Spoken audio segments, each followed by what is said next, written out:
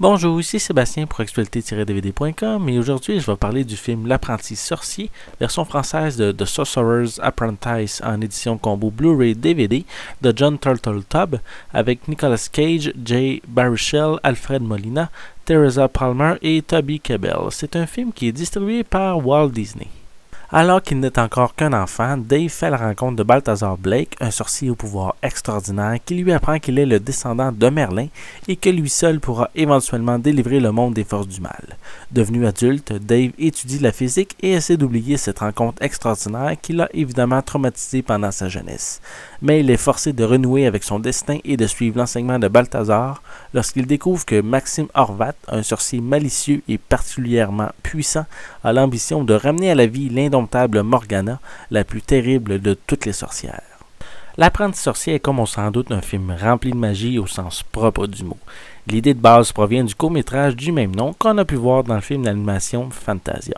L'Apprenti sorcier est un film familial qui, malheureusement, risque plus de plaire aux jeunes qu'à leurs parents. L'humour est plutôt enfantin et sans double sens pour les adultes. Les dialogues sont sans grands intérêts et l'histoire est remplie de clichés, ce qui risque d'ennuyer les plus vieux. Par contre, certains points sont plus intéressants, comme la description scientifique pour expliquer l'utilisation de la magie. C'est expliqué comme quoi que seules les personnes pouvant utiliser les pleines capacités de leur cerveau, mais peuvent utiliser cette science. Et on a aussi les effets spéciaux qui sont vraiment bien faits, puis qui permettent de capter l'attention de tout l'auditoire. Comme par exemple, il y a l'aigle de pierre qui est vraiment spectaculaire. Il y a aussi la statue du taureau qui prend vie vers la fin du film. Il y a la scène hommage au court-métrage d'animation avec les balais. Et bien sûr, l'univers inversé lorsqu'ils sont enfermés à l'intérieur du miroir.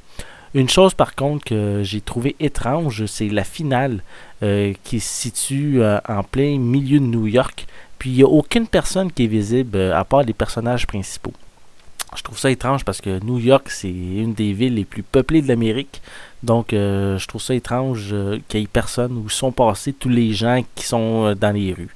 Donc, c'est un petit point que j'aurais peut-être mis justement des personnages en arrière-plan pour que ça soit un petit peu plus crédible.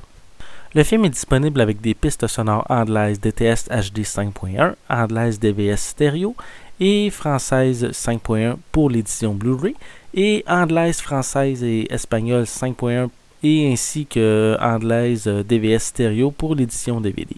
Les sous-titres sont pour les deux éditions sont en anglais, français et espagnol. Pour les suppléments, il y a la featurette Magic in the City concernant le tournage à New York et les décors conçus par les créateurs. Il y a les featurettes The Science of Sorcery et Making Magic Real concernant les effets spéciaux. Il y a la featurette Fantasia Reinventing a Classic concernant la production qui parle de leurs souvenirs du court-métrage d'animation.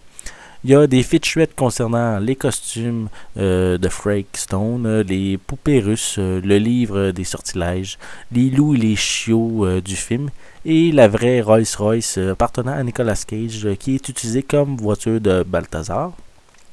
On a aussi des scènes supprimées, des bloopers, des bandes annonces et une copie DVD.